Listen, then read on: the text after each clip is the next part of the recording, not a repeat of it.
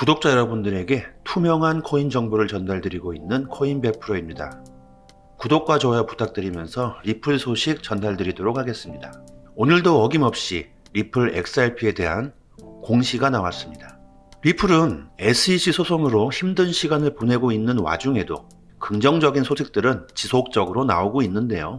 리플사 CTO 데이비드 스왈츠가 플레이어 네트워크에 대해서 비판을 했다고 합니다. 헤드라인을 보시게 되면 리플 CTO 플레이어 네트워크 비판 XRP 강세에 지속이 될까?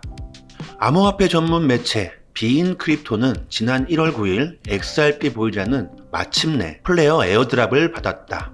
XRP 가격은 이벤트에 긍정적으로 반응하며 강세를 보였다고 말했고, 하지만 현재 진행 중인 리플과 미 SEC 간의 소송은 2023년 2분기까지 해결되지 않을 가능성이 높다는 점을 유의해야 한다. 소송 결과는 XRP 가격에 엄청난 영향을 미칠 수 있다 라고 전했다고 하는데요. 너무나 당연한 이야기죠. 앞서 플레이어 네트워크는 10일 공식 홈페이지를 통해서 XRP 보유자에게 현재까지 플레이어 토큰 42억 8천만 개가 에어드랍 됐으며, 이는 전체 공급량의 15% 수준이고 나머지 85%는 향후 3년 동안 단계적으로 유통될 계획이다. 한편 데이비드 슈워츠는 트위터를 통해서 플레이어 네트워크 프로젝트는 당초 약속과는 달리 XRP 보유자에게 플레이어 유통량의 15%만 에어드랍 했다고 지적하고, 그는 또 플레이어 팀은 플레이어 보유를 유도하는 어떠한 인센티브도 제공하지 않았다. 이 같은 방침에 대해 이해하기 어렵고, 결국 그들은 플레이어를 모두 에어드랍 하겠다는 약속은 지키지 않고 리플 커뮤니티를 이용만 했다. 플레이어 팀을 비판하고 싶은 생각은 없지만 약속을 지키지 않은 것은 분명하고, 내 판단이 잘못된 것이라고 믿고 싶지만 그럴 만한 근거가 전혀 없다고 비판했습니다. 현재 수많은 거래소에서 플레이어 토큰의 에어드랍이 순차적으로 이어지고 있습니다. 아마 대부분의 투자자분들, 지금의 영상을 보시는 대부분의 분들도 받았으리라 생각되는데요. 이런 상황 속에서 플레이어가 리플 커뮤니티를 이용만 했다라는 이야기들이 조금씩이지만 일각에서 나오다가 데이비드 스왈츠가 수면 위로 끌어올린 것으로 보입니다. 플레이어와 XRP에 관해서는 워낙에 과거부터 많은 이야기들이 나왔었죠. 사실상 XRP 또한 플레이어로 인한 네트워크의 성숙도가 올라가는 것은 자명한 상황이기 때문에 이번 CTO의 발언에 대해서 어떠한 의미인지는 알겠으나 기조가 그리 오래 가지는 않을 것으로 보입니다. XRP 투자자들이 가장 관심 있어 하는 것은 단연코 리플사와 미 SEC 간의 소송 문제이지 않을까 싶은데요. 현재 2023년 3월경 소송이 마무리될 것으로 보이고 있는데, 과연 앞으로 이 소송이 어떠한 방식으로 마무리되게 될 것인지, 또한 소송이 마무리되게 되었을 때 XRP의 가격이 어떠한 양상을 띠게 될지 기대해 보도록 하겠습니다. 주식이나 코인의 경우는 매년 초 1월이 안 좋으면 한 해 전체가 힘든 경우가 참 많았습니다. 그래서 1월 초 증시나 코인 시장이 좋지 않을 때 우려를 참 많이들 했죠. 그런데 이번 연도 들어서면서 이 시장이 살아나기 시작하더니 현재까지도 나쁘지 않은 모습을 보여주고 있습니다. 이것은 결국 물가에 대한 우려가 줄어들고 있다는 점을 의미하고, 연준의 시각을 확인하기 전까지 현재의 긍정적인 분위기는 계속 이어질 가능성이 높다고 생각됩니다. 지난 2021년 9월 암호화폐 시장에, 그리고 화폐의 역사에 한 획을 그을 만한 소식이 전해지게 됩니다. 바로 이 엘살바도르에서 비트코인을 법정 화폐로 지정한 것인데요. 현재 엘살바도르의 경우는 비트코인을 지열 발전을 통해 채굴 중이며 매일 1비트코인을 채굴하겠다고 나이브 부켈레 엘살바도르 대통령도 말하고 있습니다. 엘살바도르가 현재 이렇게까지 비트코인에 목을 매는 이유는 자국의 열악한 금융 인프라 때문이죠. 대부분 미국에 가서 돈을 벌고 자국으로 달러를 보내야 하는 엘살바도르 국민들 입장에서는 기존 금융 시스템이 너무 높은 수수료를 떼갔습니다. 하지만 비트코인을 법정화폐로 채택하면서 라이트닝 네트워크를 통해 사실상 제로에 가까운 수수료로 송금이 가능해지게 됩니다.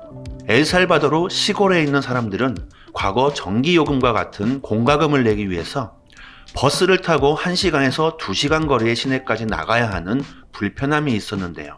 하지만 지금은 비트코인에 비트코인 월렛을 설치하고 월렛으로 쉽게 송금이 가능해졌죠. 저희 나라 같이 금융 인프라가 잘 되어 있는 나라는 이렇게 금융 인프라가 열악한 국가가 있다는 사실을 잘 알지 못합니다. 한국이 편리하니까 해외도 의뢰 그러려니 하는 것입니다. 그래서 비트코인의 확장은 무한한 것이죠. 모든 나라를 하나의 통화로 이어줄 수 있는 사실상 유일한 수단이 비트코인이라고 할 수 있는 것이죠. 여러분이 일본에 가서 하나 10,000원짜리 지폐를 주고 물건을 사려고 한다면 아마 대부분의 일본인들은 받지 않을 것입니다. 이렇듯이 한국의 원화는 일본만 가도 그 신뢰를 잃어버립니다. 이게 화폐인 것이죠. 해당 지폐를 주고 동일한 가치의 무언가로 돌려받을 수 있을 때 비로소 명목화폐로 인정을 받게 됩니다. 그렇다면 지금 비트코인보다 높은 신뢰를 받는 화폐가 얼마나 될까요? 달러나 유로, 엔화 정도겠죠. 이제 그 이외에는 대부분의 나라에서 이용하는 돈은 사실상 신뢰를 할 수가 없습니다. 국가 부도가 났던 곳들도 있죠. 화폐를 쓰기 위해서는 0의 개수를 세워야 하는 나라도 있습니다. 뒤에 0이 너무나 많은 국가들인데요. 지금 딱 떠오르는 국가가 베네수엘라가 떠오르는데 이렇게 본다면 비트코인은 하나의 사회현상으로 볼 수 있는 것이겠죠. 단기간에 이렇게 많은 전 세계 사람들에게 신뢰를 준 화폐는 유래를 찾기 힘듭니다. 이것이 비트코인에 지속적인 투자를 해야 하는 이유 중 하나로 볼 수 있을 것입니다. 다음 공시 들어가기 전에 알림사항 먼저 알려드리겠습니다. 저희 코인100%는 무료로 운영되는 공개 정보방을 개설했습니다. 현재 트레이더 3명이 각종 트위터 해외 공시 사이트를 통해서 공시나 호재를 분석해서 전달드리고 있고 구독자분들 서로 좋은 투자 정보 공유하시면서 하락장에서는 악재를 피해가고 긴급으로 코인 펌핑 나온다고 하면 빠른 정보를 입수해서 매수하면서 수익을 극대화하고 있습니다. 혼자서 코인 매매하시기 어렵다고 하시는 분들, 수익 날 수 있는 포지션 공유 및 글로벌 시황, 코인 호재 뉴스, 정보 실시간으로 공유 드리고 있고 100% 무료로 운영되니까 현명하게 대응하실 분들은 영상 상단에 제 개인 핸드폰 연락처로 문자로 숫자 1 보내주시면 빠르게 초대드리도록 하겠습니다. 지난 2021년 5월 루나 사태의 여파로 망가진 한 기업이 있습니다. 바로 암호화폐 대출 업체인 볼드인데요. 이때 당시 보이저 디지털이나 쓰리로, 캐피탈 등 다양한 기업들이 위험에 빠지게 됩니다. 이에 볼드에게 손을 내민 한 기업이 있었으니 바로 넥소였습니다. 넥소의 경우에는 볼드의 인수를 지난 7월 나서게 되는데 참 놀랍게도 일주일 전 2023년 1월 6일 볼드가 넥소의 최종 인수 제안을 거부하게 됩니다. 채권자위원회와 협의 끝에 만장일치로 제안을 수락하지 않기로 결정을 한 것인데요. 이로부터 딱 일주일이 지난 1월 13일 불가리아 수사당국의 경우는 넥소의 사무실에 대해서 압수수색을 진행하게 되었습니다. 갑작스럽게 압수수색을 진행하는 이유는 넥소 플랫폼이 자금 세탁 청구로 활용된 것으로 보고 강제 수사에 착수를 한 것인데요.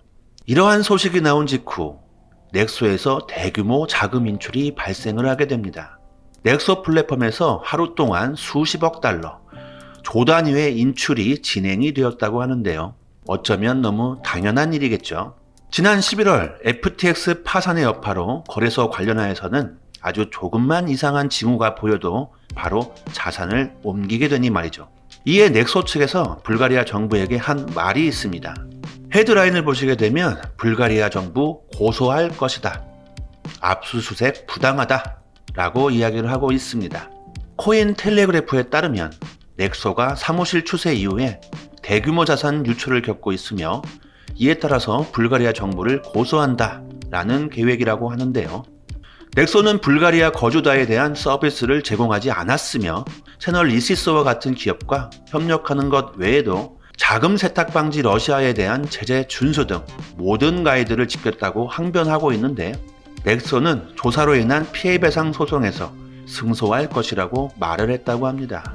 이에 앞서서 코인리스는 불가리아 검찰과 경찰이 암호화폐 대출 플랫폼 넥소가 자금 세탁 청구로 활용된 것으로 보고 강제 수사에 착수했다. 이렇게 전한 바 있다고 하네요. 지난 11월에는 FTX, 12월에는 바이낸스, 그리고 얼마 전에는 후오비 글로벌, 이제는 넥소까지 거래소들에게 다사다난한 사건들이 연속적으로 터지고 있습니다. 이런 것들이 발생하는 가장 큰 이유는 크립토 마켓에 대한 규제가 완비되지 않은 것이 상당히 크다라고 보고 있는데요. 넥소의 이번 불가리아 고소 언급이 나오고 얼마 뒤 하나의 추가적인 소식이 나왔습니다. 넥소가 보유한 자본금 3.78억 달러 중에 넥소 토큰의 가치가 무려 2.64억 달러 정도라면 넥소가 아닌 자산은 1억 1,400만 달러에 불과하다라고 트위터를 통해 전하게 됩니다. 마치 지난 11월 FTX와 좀 비슷한 모습인데요. 현재 추세 속에 넥소가 만약 터진다고 하더라도 지난 FTX만큼의 피해는 전혀 없을 것이라고 보고 있습니다. 이러한 일이 터진 것 치고도 넥소의 토큰의 가격이 엄청나게 하락을 하지도 않았고 오늘은 오히려 3%가량 상승을 하였습니다. 11월에 충격적인 하락이 지속되려면 디지털 커런시 그룹 DC즈가 터져야 그만큼의 하락폭이 찾아오겠죠. 이러한 플랫폼들이 터지는 리스크의 불안, 이런 불안감들이 없어지기 위해서라도 방금 말씀드린 규제가 확실히 정해져야 할 텐데요. 이에 대해서 글로벌 국가들의 논의가 활발하게 이루어지고 있습니다. 과연 앞으로 어떻게 진행이 되게 될지 지켜보도록 하겠습니다. 올해 2023년이 참 기념비적인 예가 될 것으로 보이고 있는데요. 지난 2022년 힘든 시간들이 반복이 되었었지만 올해 들어서 2023년 분위기가 아주 좋습니다. 흐름을 타고 나아가면서 작년과는 다른 모습을 보여주는 크립토 마켓을 충분히 기대해 보아도 좋지 않을까 하는 생각이 들고 있습니다. 영상 끝까지 시청해 주신 점 진심으로 감사드리고 저희 코인100% 프로 정보방 많이 이용 부탁드리면서 구독과 좋아요는 영상 제작에 큰 힘이 됩니다. 감사합니다.